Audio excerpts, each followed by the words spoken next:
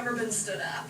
You know, when you're waiting in your apartment for that special someone to show up and they never do. And then you hear what you think are their footsteps coming up the stairs. Turns out it's just your neighbor getting home instead. Yeah, I can't relate, obviously. This is pretty much what's happening in the 17th lead parody in the song cycle, Parodie. The translation is on the back of your handout, so please don't read along with me.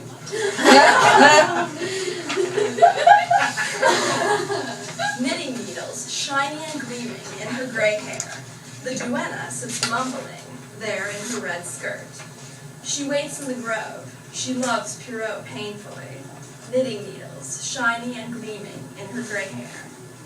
Then suddenly, listen, a whispering. A wind current giggles softly. The moon, the spiteful mocker, imitates with its beams. Knitting needles gleam and shine. So as you can see, Pierrot clearly isn't going to show up, and the duenna is growing impatient. I had to look up what duenna meant. It's a chaperone or a governess for young girls. So she's typically an older lady, so there's some cougar action going on there. It seems like she's been waiting for a really long time. As the text states, she's mumbling to herself. She's wearing a red skirt. Other translations of the text state that her attire is on the skimpy side. And also, she loves Pierrot painfully, so the fact that he's not there is starting to drive her crazy. And when she thinks she hears his whisper, it turns out to be only the wind, and then the moonbeams are mocking her, imitating the knitting needles in her hair, reminding her how old she is.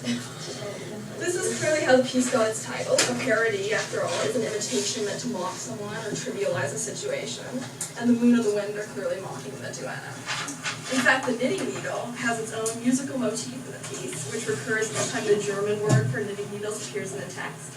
If you turn to page 115, it's the first 7 30-second notes in the right-hand piano part. And when we listen to the piece, you'll hear that it sort of makes a little bit of a twinkling sound, which is sort of like the way the moon is gleaming off the knitting needles. It comes back again in the first measure on page 117. And only this time it's in the left hand of the piano part.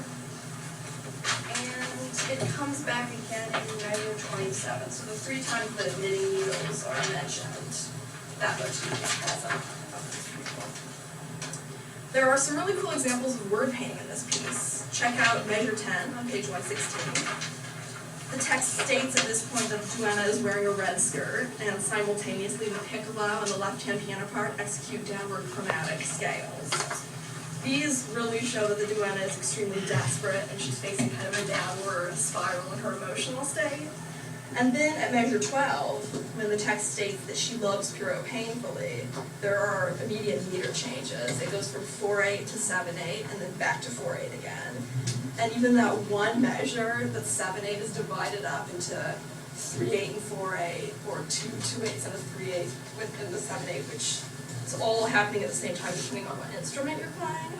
And I think that really symbolizes the emotional trauma that she's going through. And that's where we kind of start to grasp that it's the absurd nature of the text, and it sounds very musically unstable at that point. I mean, the whole piece sounds musically unstable, but that measure in particular demonstrates